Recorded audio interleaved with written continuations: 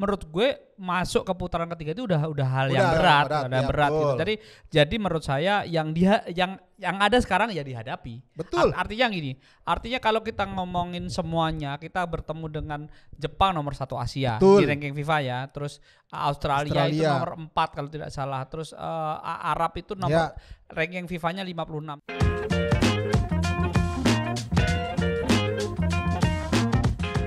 Welcome back to Discord, diskusi olahraga bareng Rais dan kembali bersama S2 Ernesto. Yeay. Yes, sekarang kita bahas timnas Indonesia lagi ini. Setelah kemarin drawing dilakukan untuk putaran ketiga, kalau menurut gua ya banyak yang bilang ini grup neraka. Karena bersatunya yang ada di pot 1, 2, 3 itu yang di tier atasnya ada di grup kita, di grup C. Jepang, Australia, dan juga Arab Saudi. Yes. Ya ini tentunya nggak mudah ya untuk menembus dominasi 3 besar itu. Tapi terlepas dari itu, yang di bawah-bawahnya nih, pot-pot berikutnya, kalau gue bilang kita masih bisa ngelawan. Gue optimis. Jadi setengahnya kalau menurut gue kemarin, menurut gue ya kalau perkiraan gue, pendapat gue nih ya, kita paling nggak bisa nyuri di posisi keempat. Paling nggak untuk bisa lolos ke masih ada nyawa lah. Untuk bisa kalau gue sih ya kalau ngomong grup neraka, grup berat, menurut gue masuk ke putaran ketiga itu udah hal yang berat gitu. Jadi menurut saya yang ada sekarang ya dihadapi. Betul. Artinya kalau kita ngomongin semuanya, kita bertemu dengan Jepang nomor 1 Asia di ranking FIFA ya. Terus Australia itu nomor 4 kalau tidak salah. Terus Arab itu nomor ranking FIFA-nya 56. Jadi 17, 23, 56, terus Bahrain itu 81, Cina itu 88.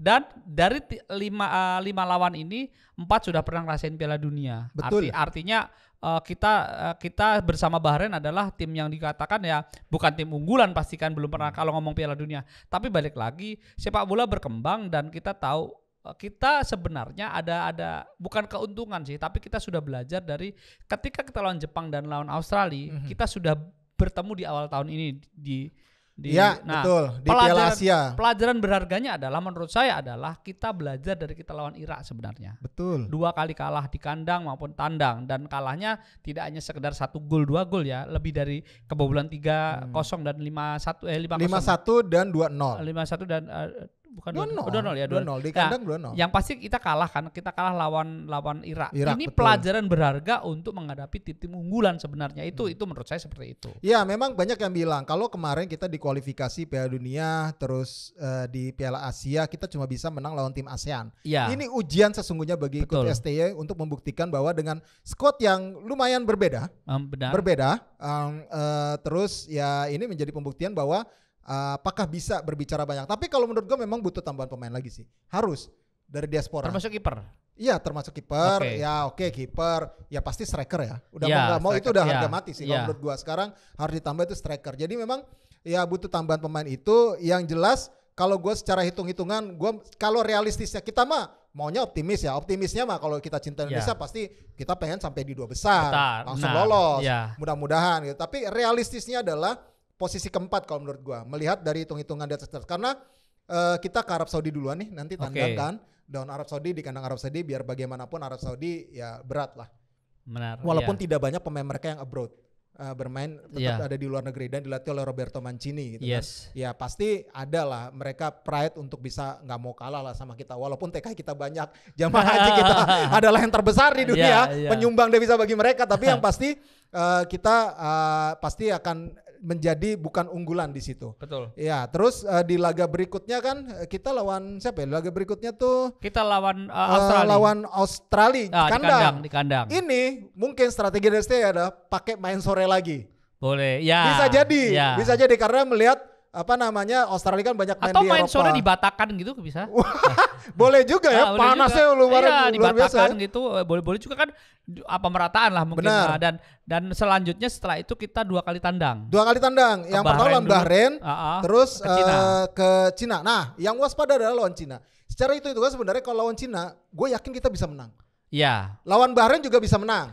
Itu kan ya. Bahrain Malaysia susah gitu kan. Terus Cina juga agak susah lawan Thailand. Thailand pun kemarin tuh bisa dibilang dan tanda kutip adalah dikerjain suruh main di dataran tinggi. Nah ini yang juga harus diantisipasi sama timnas kita. Iya, jadi kalau bilang dari 5 lawan ini kita itu sebenarnya yang paling update adalah justru 2 tim terbesar ya, dua tertinggi yaitu Jepang sama Australia. Betul. Kita udah kenal lah. Udah kenal karena 2024 awal kita main di penyisian kalah 3-1 tuh sama Jepang, kalah 0-4 tuh di fase 16 besar Piala Asia. Sedangkan lawan Arab kita tuh terakhir 2013.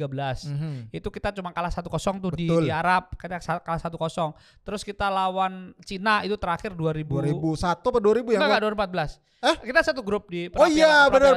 Kita juga kalah 1-0 di Cina. Nah, yang justru yang agak sejarah yang gak enak adalah lawan Bahrain terakhir 2012 kita kalah 0-10. Itu kekalahan terbesar. Tapi di era itu kan timnas perpecahan segala macam. Tapi terlepas dari itu sebenarnya kita sudah dari kemarin kita sudah punya gambaran, terutama untuk lawan Bahrain, untuk lawan Arab Saudi. Kita sudah sempat lawan Iran, terus sempat lawan Palestina juga itu kita lawan. Palestina, Yaman. Gitu, beberapa tim dari negara Jazirah Arab lah ya kita sudah mulai. Yang justru yang agak hati-hati adalah ketika kita jangan terlalu jemawa ketika lawan Cina, menurut saya sih itu. Jadi ini bisa jadi kunci, bisa jadi bumerang karena kita berkaca pada kualifikasi putaran ketiga yang sama di Piala Dunia 2022 itu Cina dan Thailand satu grup. Ya, bahkan Vietnam juga sama. Iya, dan cuma itu aja yang bisa dimanfaatkan mereka. Nah, ini menurut saya yang penting. Dan Bahrain kita masih yang terbaru agak-agak buta nih Bahrain seperti apa. Tapi kalau ngomongin Jepang dan Australia, kita sudah pernah bertemu di awal tahun. Jadi menurut saya itu justru menjadi bagian terpenting kita. Terlepas memang mereka tidak mudah. Walaupun juga waktu itu Australia, Jepang banyak pemainnya juga yang nggak kebawa. Iya, banyak pemain juga yang nggak kebawa karena cedera ataupun ya memang sekarang tuh gue rasa akan berbeda. Jepang yang sekarang, Australia juga akan lumayan berbeda. Ya kita tunggu aja nih untuk racikan ikut STY. Tapi ngomong STY kan STY belum tanda tangan. Iya. Tapi di luar itu juga kita harus ketahui bahwa ini bukan turnamen ya. Ini adalah FIFA Matchday. Iya betul. Jadi harusnya pemain juga bisa full. Persiapan itu pendek sekali. Betul. Nah ini yang harus dimanfaatkan. Mereka juga sama, kita juga sama. Betul. Jadi kalau mau persiapan kita sama dengan lawan itu hampir sama. Karena sama-sama tidak punya waktu panjang persiapan. Nah ini yang penting dari kita adalah bagaimana mengkemistrikan pemain, terutama pemain yang diaspora atau abroad dengan pemain-pemain Liga 1 misalnya. Ini klopin ini yang paling penting dan ini perlu kita tahu ini juga bisa menjadi strategi. Nggak ada VAR, pasti nggak ada VAR. Ini enak banget nih sebenarnya. Terus kedua, setiap tuan rumah bisa dalam tanda kutip ngerjain lawan lah, dalam misalnya kayak Cina main di dataran tinggi, kita bisa main di sore hari, tapi juga perhitungan kita juga harus kuat. Iya, kalau main sore hari pemain kita juga dari Eropa juga kan harus bisa adaptasi cepat juga gitu loh. Jangan sampai kayak Tom Haye juga kemarin juga agak-agak lumayan ngos-ngosan juga. Tapi ya pasti kalau melihat hitung-hitungan poinnya, gue yakin dari ngelawan Cina, Bahrain paling enggak di kandang ya. Di kandang ini kita bicara kandang dulu ya. Lawan 5 tim tersebut. Betul. Lawan Cina sama Bahrain kita harus ambil poin penuh. Iya. Ya terus lawan sisanya 3 itu pasti imbang. Paling enggak imbang. Ketika tandang gue feeling gue memang kita kalah di 3 lawan Arab. Mungkin kita bisa nyuri lawan Australia, Jepang kita kalah. Jepang kita kalah berat lah di kandangnya Jepang gitu kan. Lawan Jepang, lawan Australia mungkin kita bisa imbang. Lawan Australia, gue nggak ngomong kita bisa imbang atau apa, tapi gini, Australia sebenarnya secara overall sedang tidak bagus nih tim ini sedang tidak bagus. Bahkan di Piala Asia kemarin mereka tidak punya pemain di Premier League gitu. Itu sebuah catatan yang tidak bagus bagi mereka. Tetapi balik lagi, ini FIFA Matchday.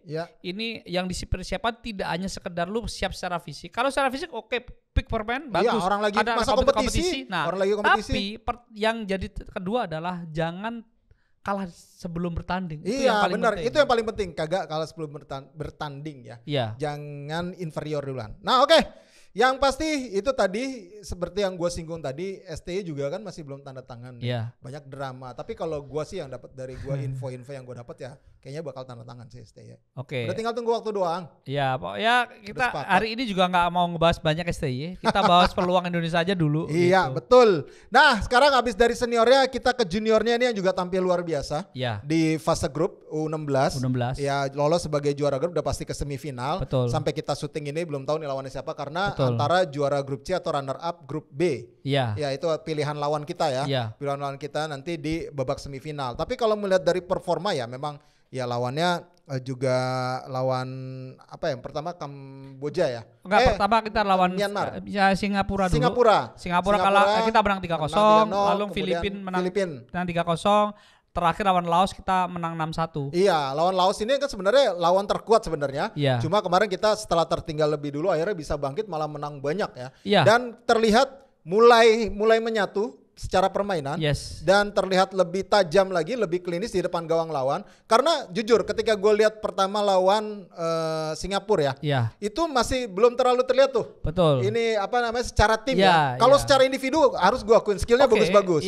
Skillnya bagus-bagus. Terus mereka seperti juga belum klinis, kurang matang secara permainan. Chemistry-nya belum jadi lah, belum kurang matang secara permainan. Terus di laga kedua juga sempat agak kesulitan lawan ini Grendel-nya Filipina yang agak susah banget ditembus. Tapi akhirnya bisa menang juga dan akhirnya lawan Laos lah itu terlihat. Walaupun Laos kebobolan dulu ya. Iya, kita lawan Laos kebobolan dulu. Overall saya berpegang teguh pada omongannya seorang coach Nova bahwa sebenarnya ini persiapan yang paling penting dari tim ini adalah menuju kualifikasi Piala Asia U17. Betul. Nah, kalau saya ini misalnya amit-amit tidak juara, tidak masalah gitu.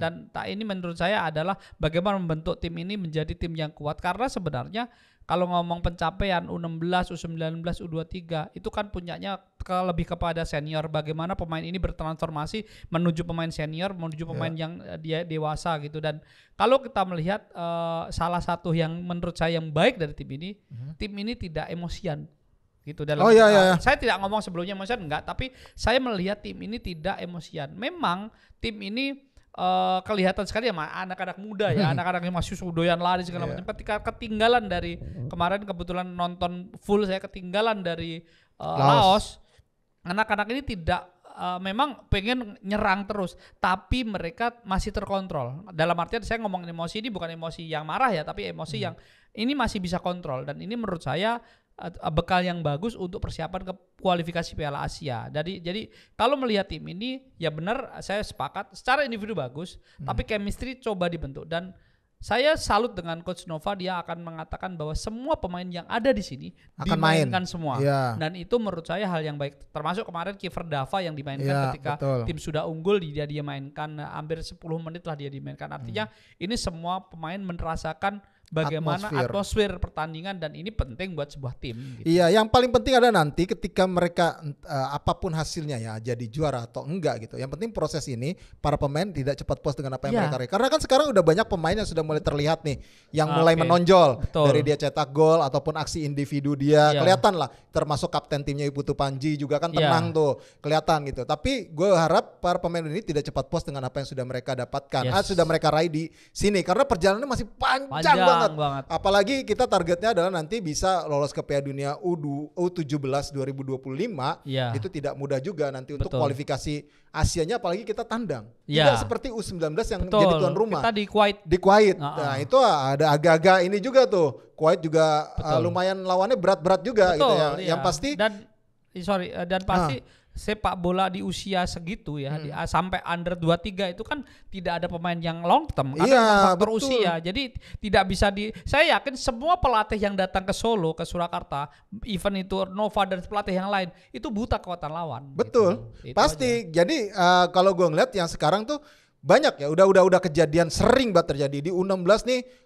Dia pemain inti. Tapi ketika udah 19 senior Toto hilang. Habis U23 hilang udah. Betul. Nah, ini yang jadi adik-adik juga yang ada di U16 juga harus sadar, mereka jangan cepat puas, harus terus mau mengejar kualitas mereka harus terus di-improvement. Dan itu aja sih. Publik juga harus sadar diri bahwa mereka itu ini yang penting. Ya, publik harus sadar diri bahwa mereka itu adalah mereka aset bangsa dijaga untuk masih long term gitu. Jadi kalau di stadion ya alhamdulillah di Stadion Manahan selalu penuh dengan giant flag segala macam, tapi dukunganlah dengan normal aja. Iya betul, normal.